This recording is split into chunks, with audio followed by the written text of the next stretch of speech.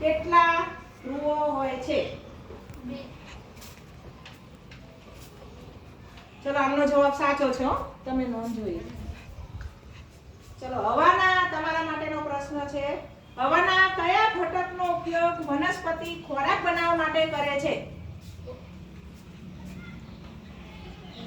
ફરીથી પ્રશ્ન બોલું.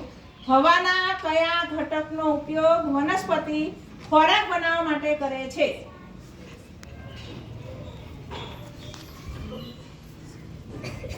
આવડે છે?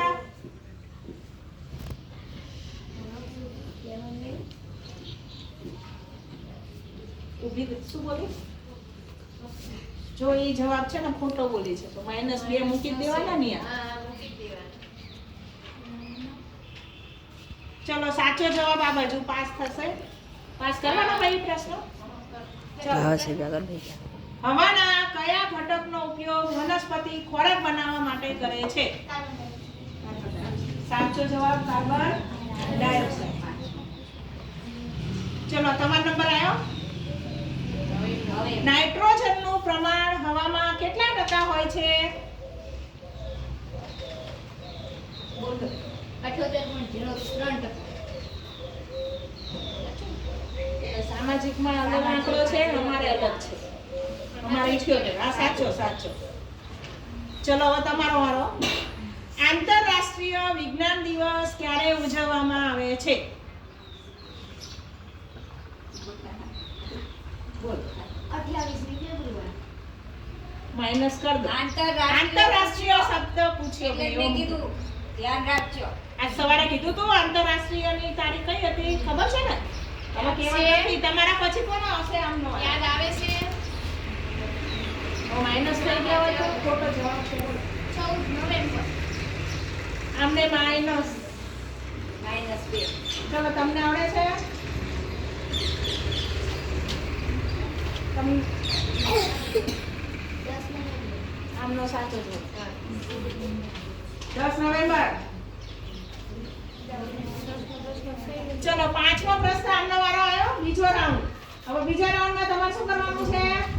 ચમચી ખખડાવવાની. એમાં શું કરવાનું? જેને આવડતો હોય એને ચમચી ખખડાવવાની. એવો રાઉન્ડ છે આ. કેવો રાઉન્ડ? જે પહેલા ખખડાવી જવાબ ઈને જવાબ દેવાના ને એને ગુણ મળશે. હા. હા. હા. આ ચારમાંથી જેને આવડે એ આ ચારમાંથી જેને આવડે એ ખખડાવો. ફટાફટ નીચે મૂકી દો. જેને આમાં જ્યાં જવાબ યાદ આવે એ ચમચી લઈને ખખડાય. ચલો પ્રશ્ન બોલું છું, સાંભળજો.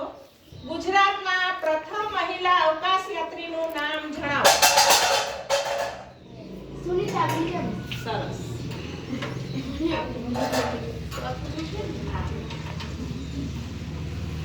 પછીનો પ્રશ્ન. વિટામિન સી ની ઉણપથી થતો રોગ જણાવો. સરસ. દરિયાના પાણીમાં મીઠું કઈ પદ્ધતિથી મેળવવામાં આવે છે?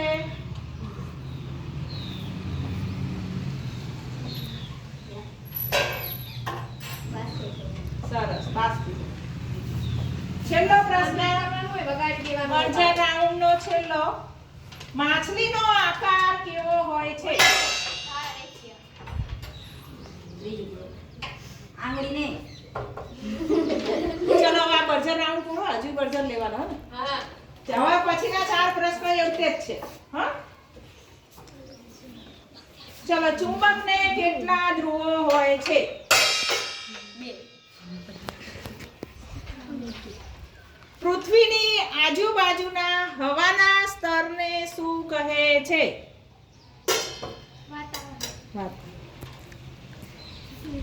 તંદુરસ્ત મનુષ્યના શરીરનું તાપમાન કેટલું હોય છે?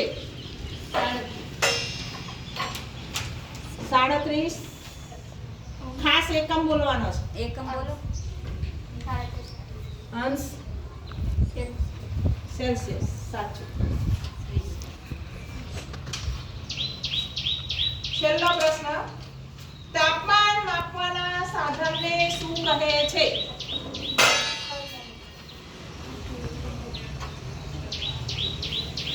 સાચું છે. તમારે લેવાની છે. તમારે નથી લેવાનું કોઈ? આ ફટદઈને વગાડતા નહીં. ફટદઈને વગાડવાનું. ચલો હવે પાસ વાળો રાઉન્ડ હો. હવે અહીંથી જ લઉં ને ચલો દહન માટે કયા વાયુની જરૂર પડે છે દહન માટે કયા વાયુની જરૂર પડે છે માઇનસ 2 ચલો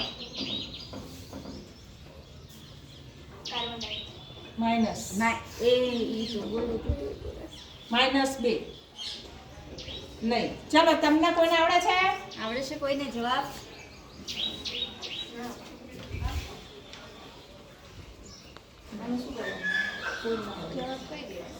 આનો જવાબ ઓક્સિજન એનામાં- ઓક્સિજનની હાજરી હોય તો શરીર ગ્લાસ વાળો પ્રયોગ ચલો એના પછીનો તમારો વારો આવ્યો ને દિશા જાણવા માટે કયું સાધન વપરાય છે તમારો ઊર્જાનો મુખ્ય સ્ત્રોત જણાવો તમારો છેલ્લો પ્રશ્ન હમણાં જ કાઢી રહી વનસ્પતિમાં કયા અંગને રસોડું કહે છે અહીંથી પાસ અહીં થશે પહેલા આવડે છે વનસ્પતિનું કયું અંગ છે જેને રસોડું કહેવાય